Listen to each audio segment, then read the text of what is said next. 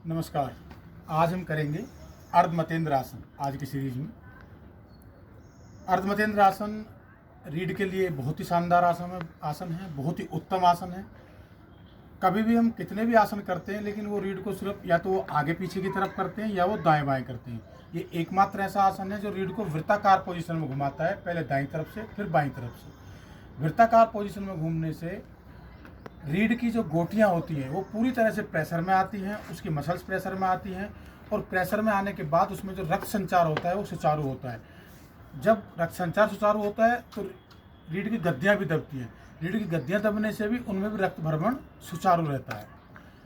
कंधे मजबूत होते हैं, छोटी आंत बड़ी आंत मजबूत होती है, मोटापा कम होता है, और सबसे बड़ी बात, जब हम दाएं बाएं लेके जाते हैं तो हमारे जो रीढ़ में कोई छोटा मोटा भी कोई परेशानी होती है वो भी दूर हो जाता है। सबसे बड़ी बात, पैनक्रियाज हमारे ज़बरदस्त तरीके से प्रभाव में आते हैं, यानी कि लीवर प्रभाव में आता है। अब हम करेंगे अर्धमतेंद्र आसन। बहुत ही शानदार आसन है, थोड़ा सा कठिन आसन है, लेकिन ज़्यादा कठिन भी नहीं है। आप इसको धीरे से कर सकते हैं अगर हम प्रैक्टिस करते रहेंगे तो। सबसे पहले पैर सीधे करेंगे। पैर सीधे करने के बाद दाएं पैर को बाएं पैर के नीचे से निकालते हुए दाएं पैर की एड़ी को बाएं हिप के पास लगा लेंगे। पैर पे बैठेंगे नहीं, ध्यान रखें। और बाएं पैर को दाएं पैर के घुटने के अंदर लेके आ जाएंगे। फिर दाएं हाथ को बाएं घुटने के ऊपर से करते हुए बाएं घुटने के ऊपर से करते हुए बाएं पैर का अंगूठा पकड़ लेंगे। सारा सिस्टम यहीं पे है। अब धीरे धीरे धड़ को बाईं तरफ घुमा देंगे और ठोड़ी को कंधे के ऊपर लाने का प्रयास करेंगे, बायां हाथ कमर के पीछे। अब आप देखेंगे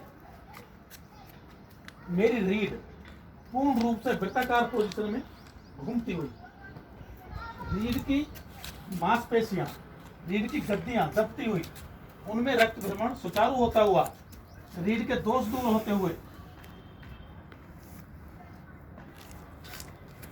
धीरे धीरे वापस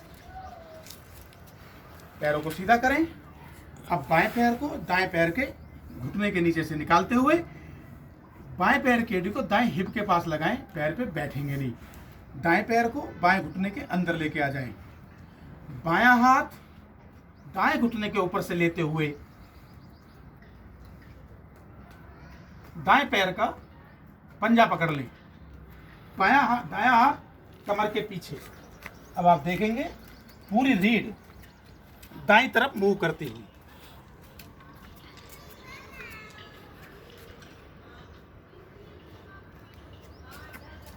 रीढ़ के दोष दूर होते हैं।